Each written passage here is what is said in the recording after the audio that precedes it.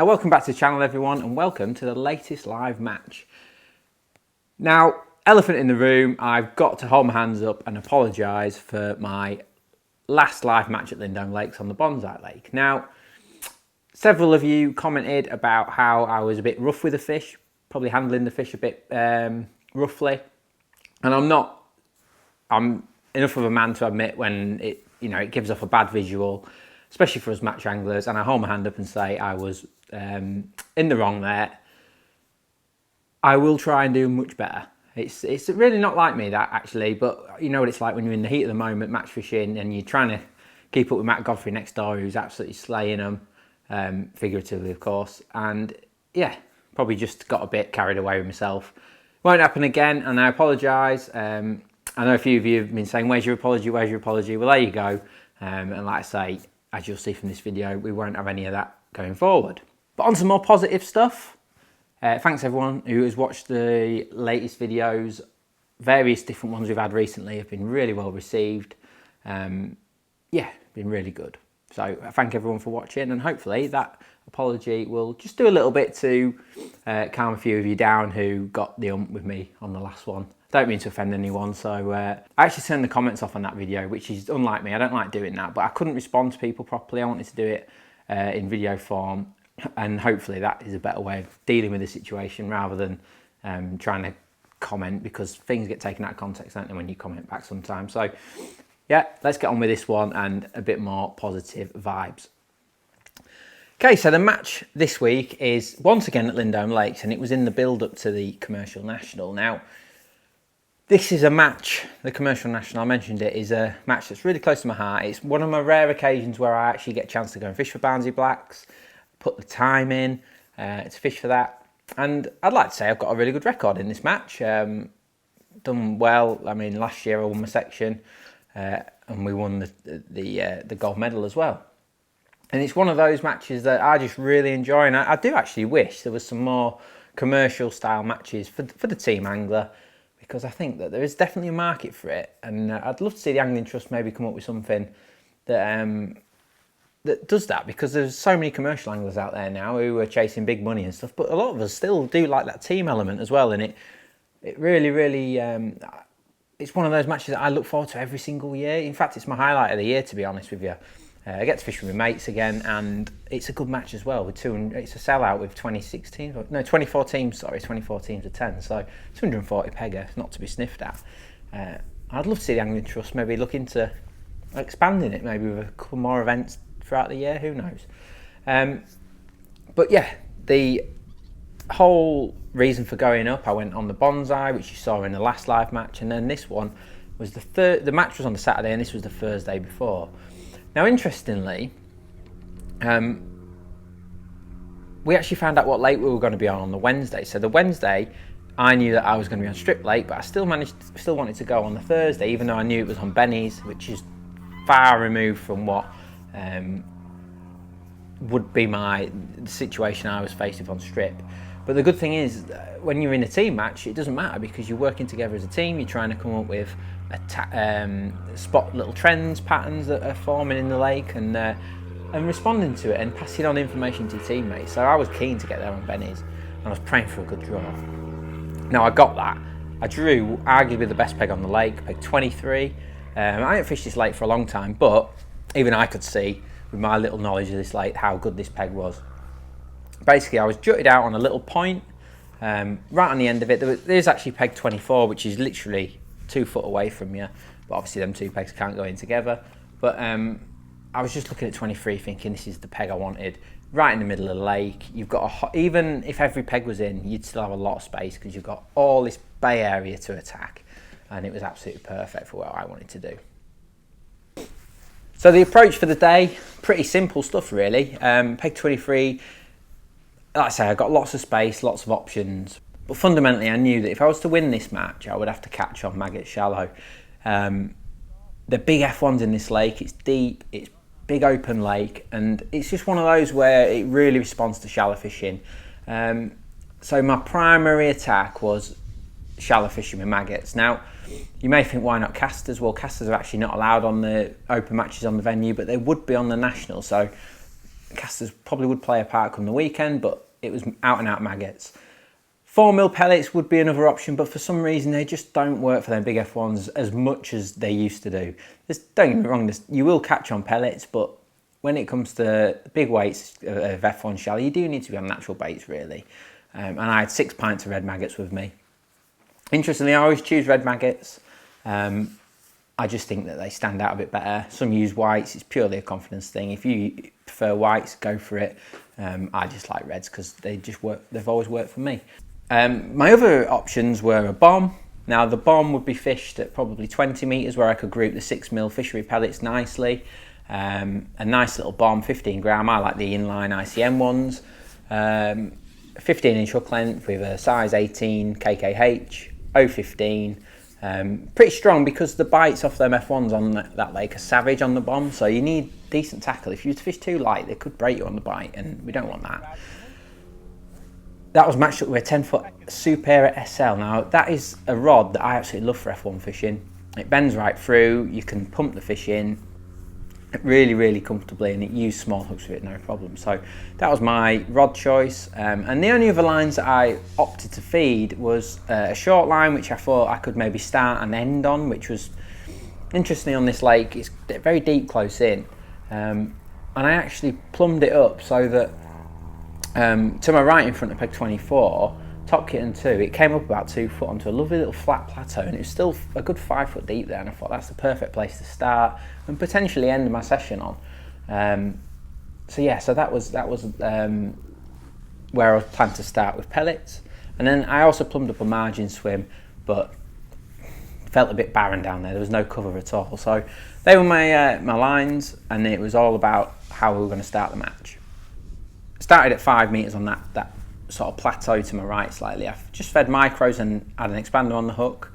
I thought this would get me off to a quick start. There's always some fish to catch short on bennies. But to be honest, the fishery have recently put in a load of little F1s, little baby ones, 2 ounce F1s. And as soon as I started, it was obvious that my peg was full of them. And they were really, really challenging because you don't know how much bait's on the bottom, you don't know how much he's getting eaten, how much is. It makes life difficult when them little fish are feeding, as they were absolutely ravenous.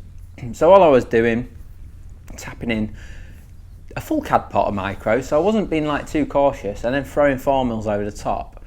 And I gave it 20 minutes, probably 20 minutes. But it was clear to me that I wasn't going anywhere with this. Now Matt Godfrey once again was just past me, he was 2 to my left. He'd gone out and caught proper F1 straight away, and I thought he wasn't getting mine with them little F1s, so I didn't want to fall too far behind.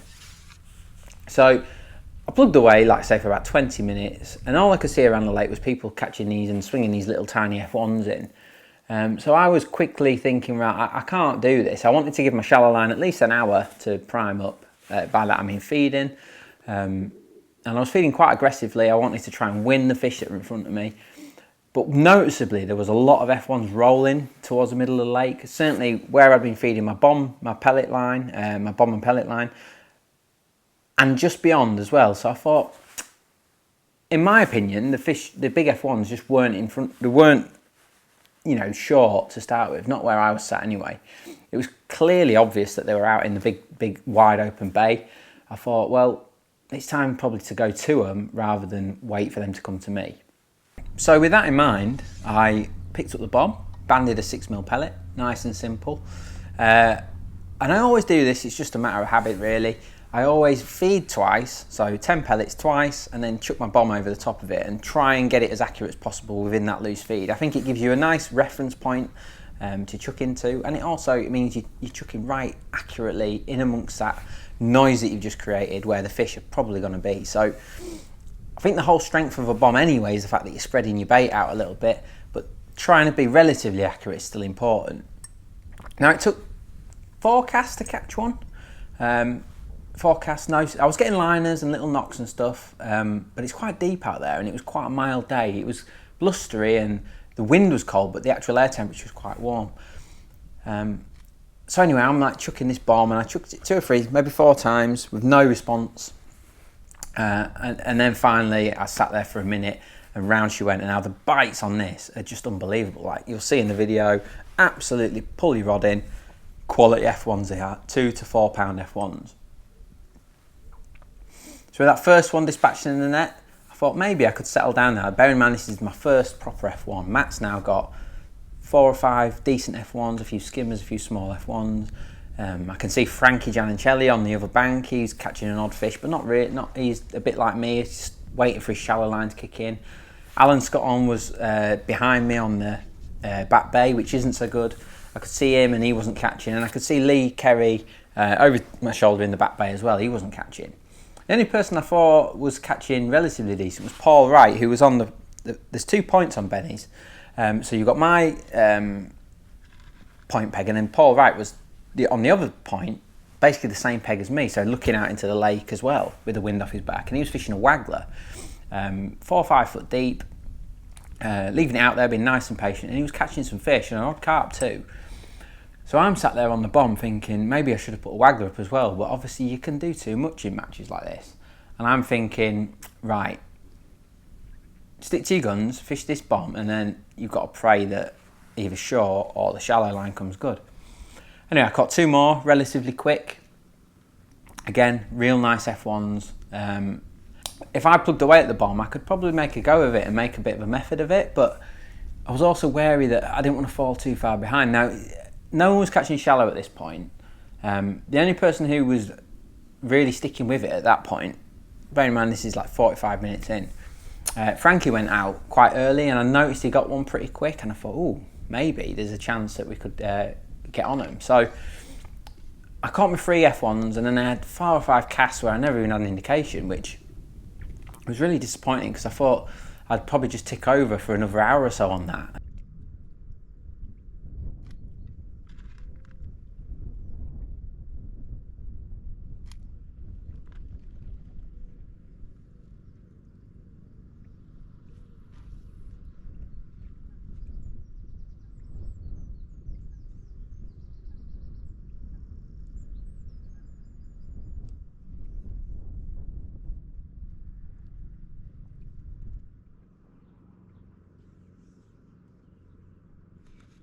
Your pipe peg, Jinners.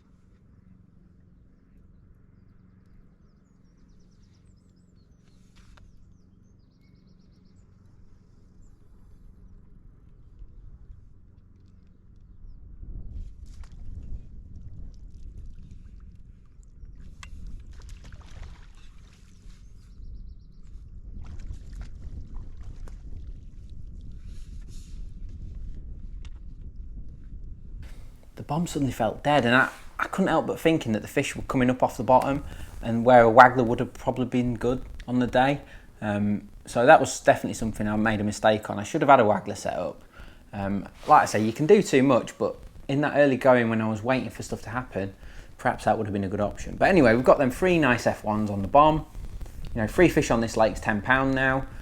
So we're not doing badly. We're just I felt like I was behind Matt, and on the peg I was on, I probably should have had a better start. But that was by the by. We caught them little fish, and we caught them a few fish on the bomb.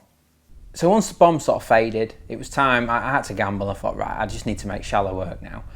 And you'll notice I just did a video last week about having loads of different rigs set up, and you'll notice on my left of my tray I've got 7 shallow rigs set up. Now, a mix of jiggers and a mix of fixed floats. For the fixed floats I use one of the Nufish Tinks in either 4x8 for like 10 to 12 inches, and then I use a 4x10 for anything up to 3 foot. Lovely little float that is, sits nicely, and I just prefer that to a dibber personally. Other than that, I had jiggers set up in. I had some of ours set up for the shallower water, and I even had some like bigger ones set up, like 0.6 jiggers, which are much better for sort of 4-foot fishing, 3-foot fishing, which you can come into play on bennies especially. So I had several rigs set up, and I felt like it was a case of the first half an hour would be spent trying to work out where the fish were in the water column. Now it took me ages to get going on shallow, catching roach, catching like little nuisance fish, missing an odd bite.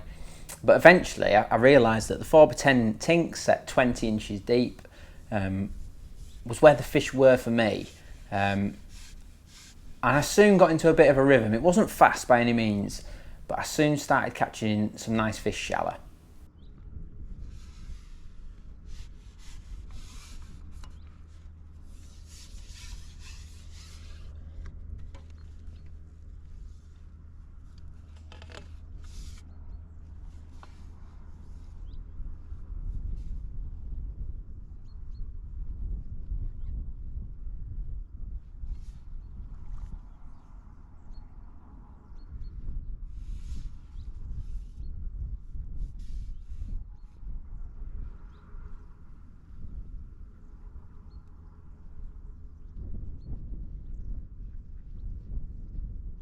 Now my shallow setup was an 18 GPM with a band on, a harried band.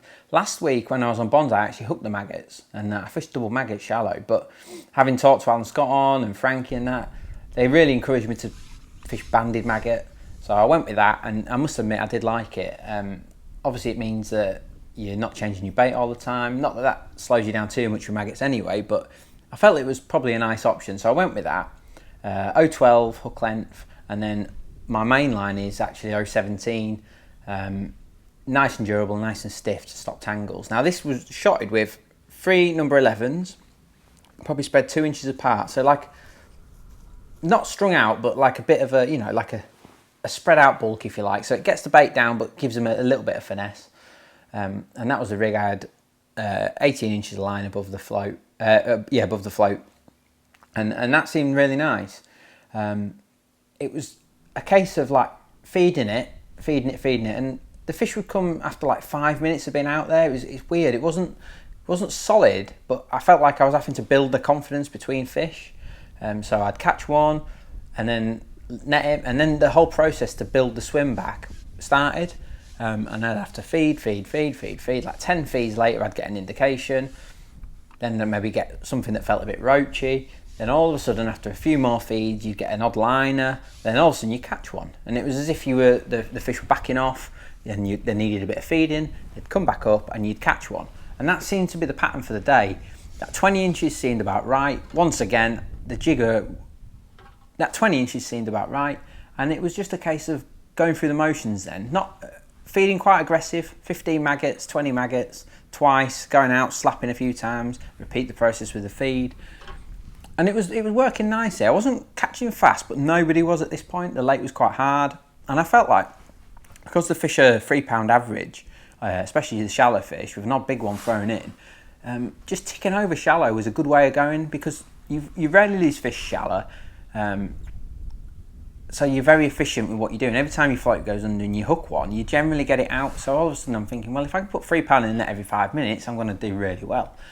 Now sometimes it was good, like I'd catch 2 fish, 3 fish in relatively quick succession, then I'd probably go 10 minutes without one, and that's kind of the pattern throughout the first few hours. It was really interesting shallow fishing. I loved it.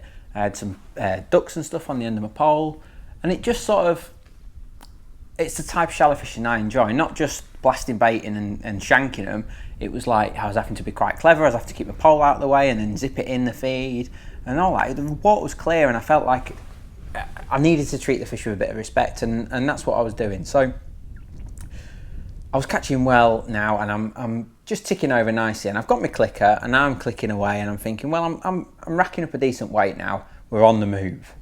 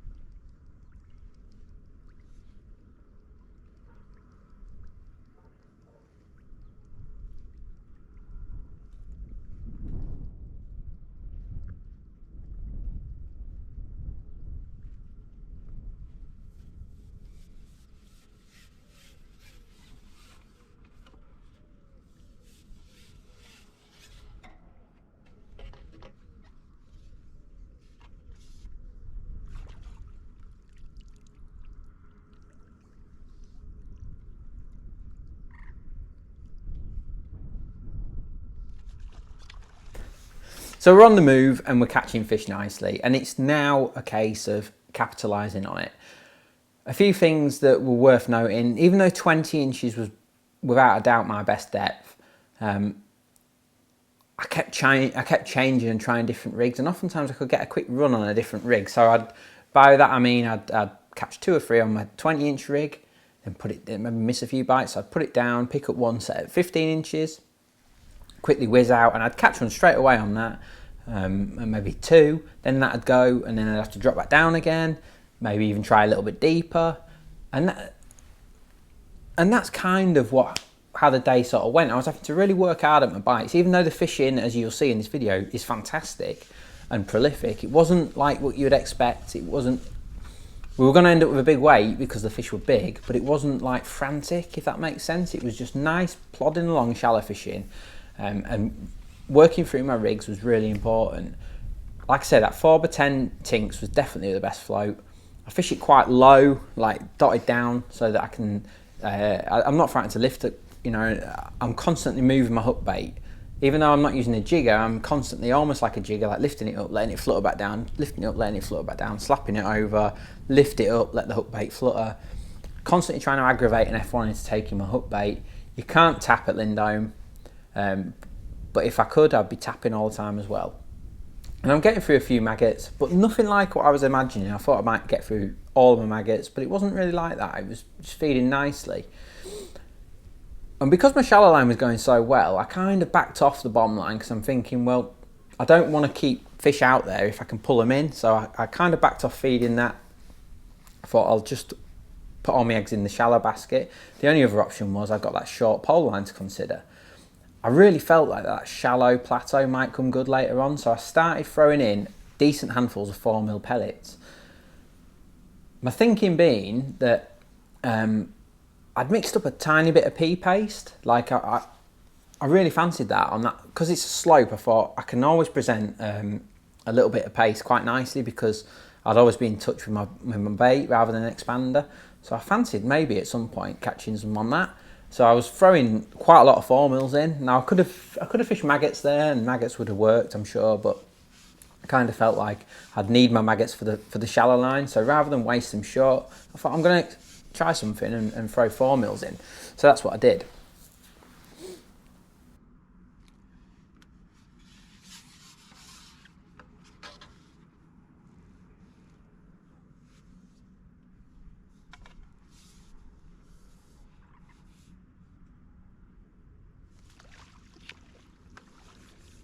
At this point, things are going well. Matt's now started to catch shallow. Frankie's catching shallow.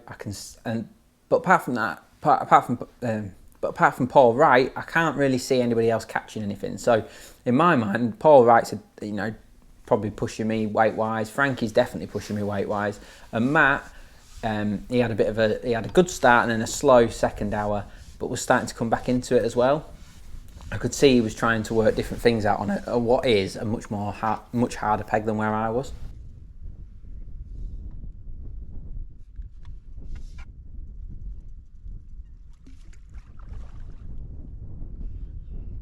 Going into the 4th hour, I'm starting to see my swim needed a rest.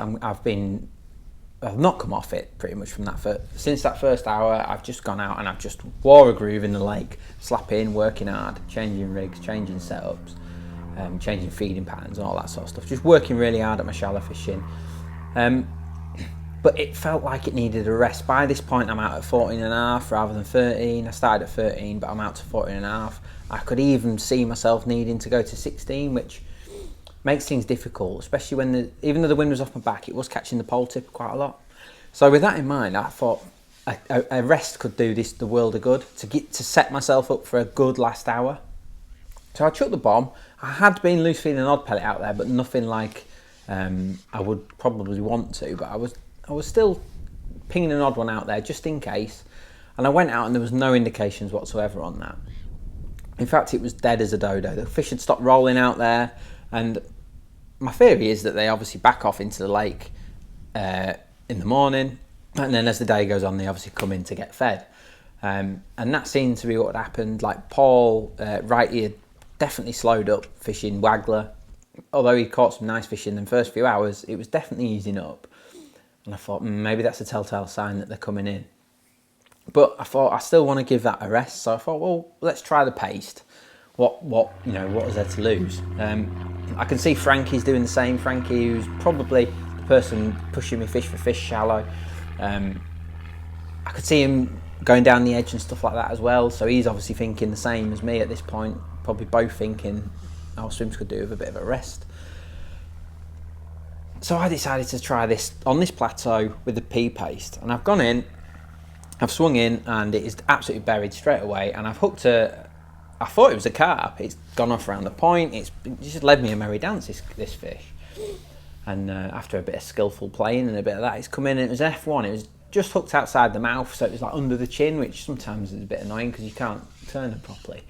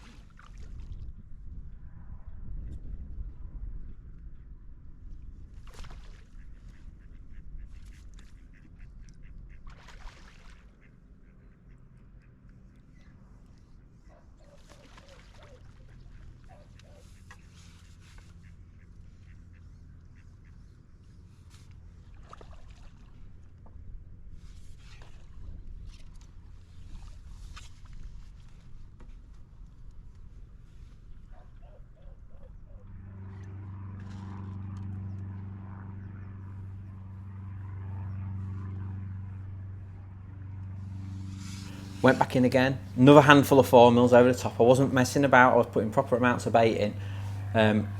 Swung my paste into position and it just cocked over like that and just absolutely buried.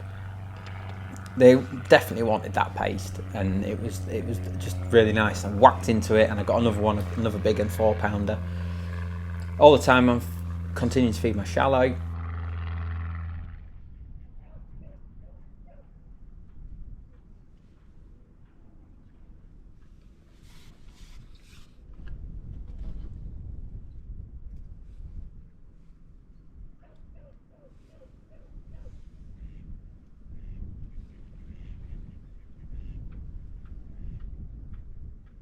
It's good fishing. I'm thinking actually I could probably stay on this, on the paste. I've gone in again, repeated the process, good handful of 4mm. Interestingly, what I like to do, a lot of people say like when you hook a fish, throw the bait in and then it's settled by the time that you go in there, which makes perfect sense. But in my experience, I don't know. I still like throwing bait, not on my float, but relatively just before I go out there, if that makes sense. I don't like having such a big gap between feeding and actually fishing a swim. I just don't. I think the fish react to the noise and snap at your hook bait. So I'm thinking, what I was doing, I was putting my paste on the hook, throwing my pellets in, and then swinging my paste into position, if that makes sense. So there was a bit of a delay, 30-second delay between the pellets going in, which I assume would gather some fish, let them drop to the bottom, and then I could put my paste over it. And it seemed to work. And then I went in again, I got another one, another proper fish, and I caught a fair few on this paste. And it was nice, and I thought I could definitely spend probably a good chunk of time on this. But at the same time, I'm keeping an eye on Matt, and Matt's now fishing shallow. He'd done his team due diligence, if you like. He'd tried fishing chopped worm and stuff like that. Obviously trying to build up a plan in case one of our anglers drew there. And he was now motoring shallow. He's going out and he's got that jigger sorted at the moment, and he's fishing it probably 3.5 foot deep. And he's coming back with an F1 every chuck, and I'm thinking, right, I need to actually counter that and get back on my shallow line. So as good as the paste was, I've got Matt in my eye line, I've got Frankie in my eye line, and I can't let them get too far ahead.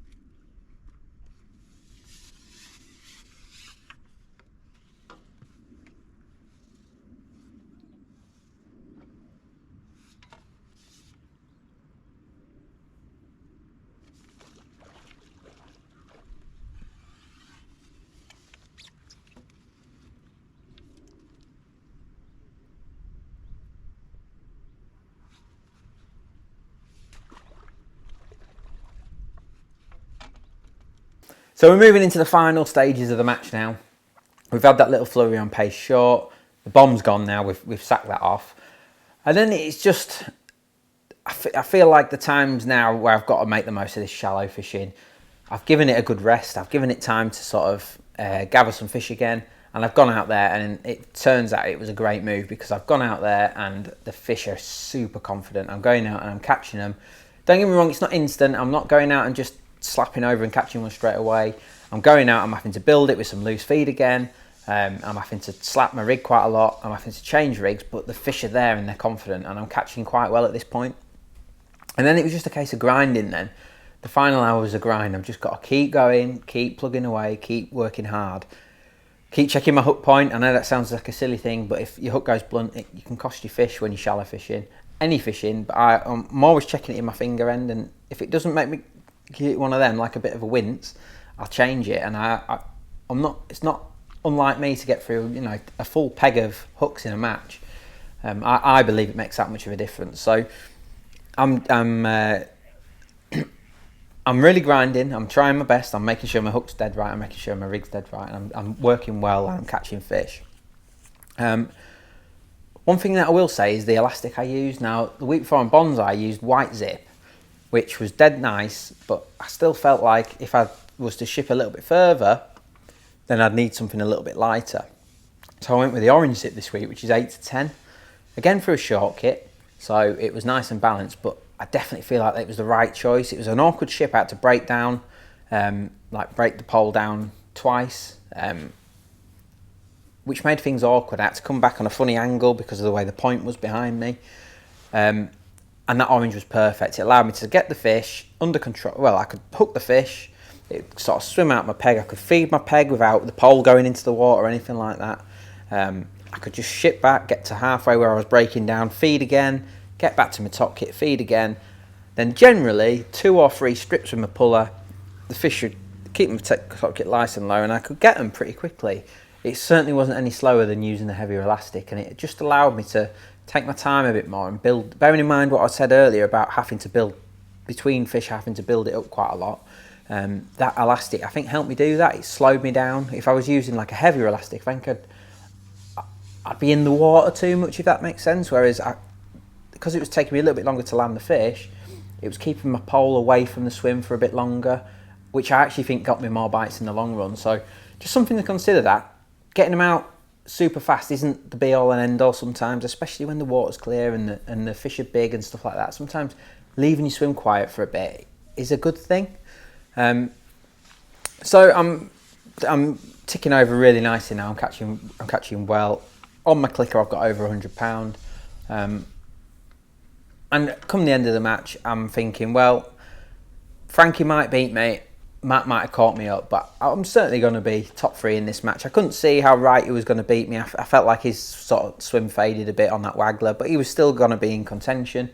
And other than that, I didn't feel like there was anyone else sort of within earshot of us 3. And that's how it proved. Frankie was first to weigh out of us lot. He had £142, which is a brilliant weight. He had a real tough crosswind, which I think probably hampered his weight a bit. It's a double-edged sword, and you need the wind and the ripple to catch the fish, because they definitely feel more confident when there's ripple, but you've still got to be able to hold your pole. And unfortunately, Frankie at times had really bad crosswind. Matt had a brilliant last hour and a half shallow, and he ended up with £135, so he almost caught Frankie up. But then it came around to me, and I was very lucky. I had £152, which was enough to win the match. So a brilliant day's fishing, and it just, I don't know, it was one of those days where everything just went right for me. Although I didn't catch short initially, it served a purpose, and I learnt a little bit for the commercial national as well, and it was nice to get a nice win under our belt.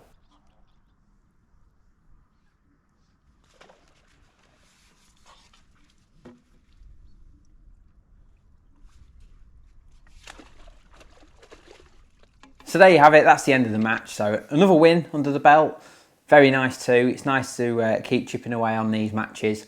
It's nice to keep providing you with great content. I hope you enjoy it.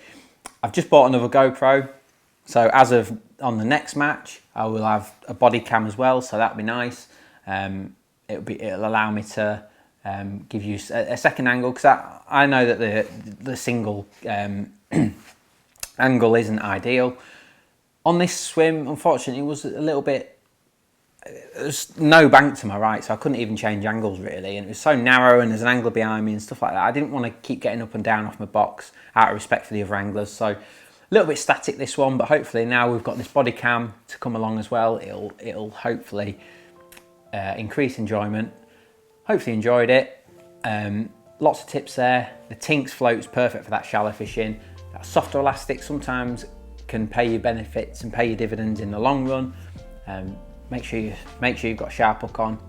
#1 rule in fishing.